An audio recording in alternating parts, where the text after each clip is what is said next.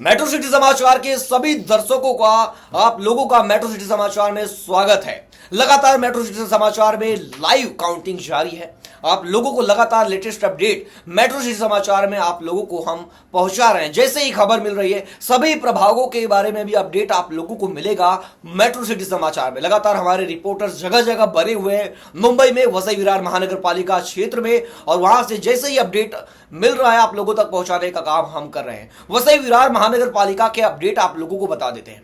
वसई विरार महानगर पालिका क्षेत्र में बीजेपी पहले राउंड में, दूसरे राउंड में और तीसरे राउंड में बड़ा झटका लगा। बीजेपी का खाता तक नहीं खुला, अभी तक शिंदे सेना का खाता तक नहीं खुला है। आपको बता दे भव्या बहुजन विकास अघाड़ी की बात की जाए, बहुजन विकास अघाड़ी पहले राउंड में 113 सीटों पर लीड करने लगी, 113 सीटों पर, और 113 सीटों पर धीरे धीरे पांचवें राउंड तक आते आते भव्या 110 सीटों से 65 सीटों पर आ गई है। आपको बता दें बीजेपी का खाता नहीं खुला था 2-3 राउंड में, वो बीजेपी पांचवें राउंड पर 47 सीटों पर लीड करने लगी है।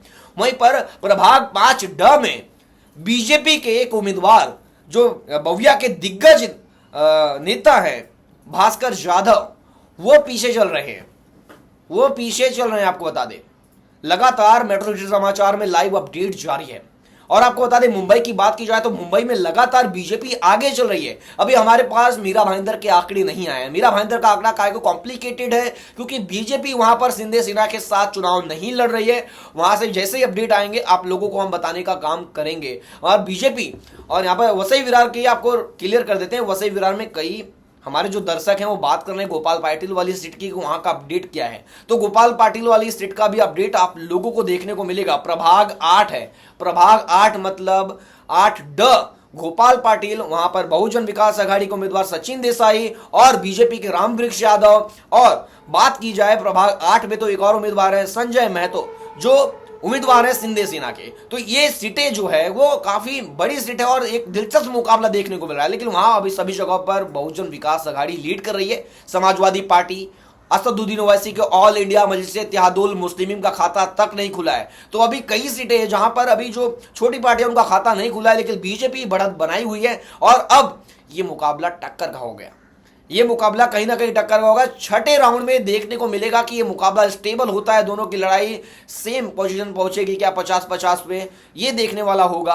अब मुकाबला जो टक्कर का शुरुआती रुझानों में ये देखने को मिला कि बहुजन विकास अघाड़ी का दबदबा देखने को मिला, लेकिन अभी कई राउंड की काउंटिंग बची हुई है। शुरुआती रुझान है, शुरुआती रुझानों से आकलन नहीं लगाया जा सकता कि कौन आगे चल रहा है और कौन पीछे चल रहा है। अभी ये शुरुआती रुझान है, ये रुझान बदलेंगे। बीजेपी का भी खाता नहीं खुला था, बीजेपी 47 सीटों पर पहुंच गई है और भव्या भी 65 सीटों पर लीड कर रही है। यानी कहीं ना कहीं ये आंकड़े काफी चेंज होंगे।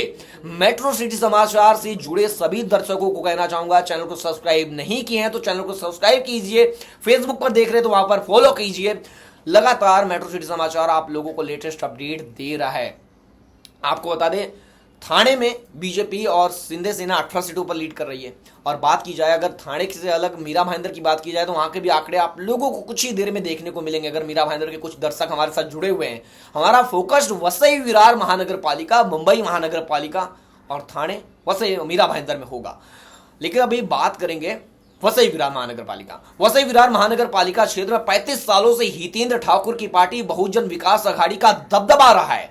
अब भव्या का जो गढ़ है ये 35 सालों का, वहां पर लोकल चुनाव में अगर पिछले चुनाव की बात की जाए 2016 में जो चुनाव हुआ था, 2016 के चुनाव में बहुजन विकास अघाड़ी 115 में से 107 सीटें जीती थी और बीजेपी का मात्र एक नगर सेवक चुनकर आया था पिछले चुनाव में। लेकिन बीजेपी अभी जिस परिस्थिति में अभी खड़ी है शुरुआती रुझानों में, उससे लग रहा है कि काफी अच्छा परफॉर्मेंस देखने को मिल रहा है। बीजेपी कहीं ना कहीं पूरी ताकत झोंकी है।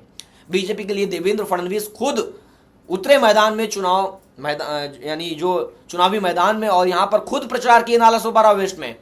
नितेश राणे, पूनम महाजन, मैथिली ठाकुर, पवन सिंह जैसे बड़े कलाकारों का रोड शो किया गया और बड़े नेताओं का दौरा किया गया कहीं ना कहीं बीजेपी को स्ट्रांग करने के लिए। उत्तर भारतीय मतदाता किस तरफ जाता है कुछ घंटों में क्लियर होगा। लगातार जुड़े रहिए, देखते रहिए मेट्रो सिटी समाचार और हमें छठे राउंड का इंतजार है। छठे राउंड का भी अपडेट लगातार मैं देता रहूंगा, आप लोग देखते रहिए मेट्रो सिटी समाचार और फॉलो कीजिए। और प्रभाग वाइज आप लोगों को भी देखने को मिलेगा। 29 प्रभाग हैं, 29 प्रभागों में से हर प्रभाग में 4 उम्मीदवार हैं, एक प्रभाग में 3 हैं। और सभी प्रभागों में 4-4 उम्मीदवार हैं। अभी बहुजन विकास आघाड़ी लीड कर रही है, बीजेपी और बहुजन विकास आघाड़ी के बीच टक्कर देखने को मिल रही है। अभी आंकड़ा बदलेगा और ये आंकड़ा काफी हद तक बदलेगा।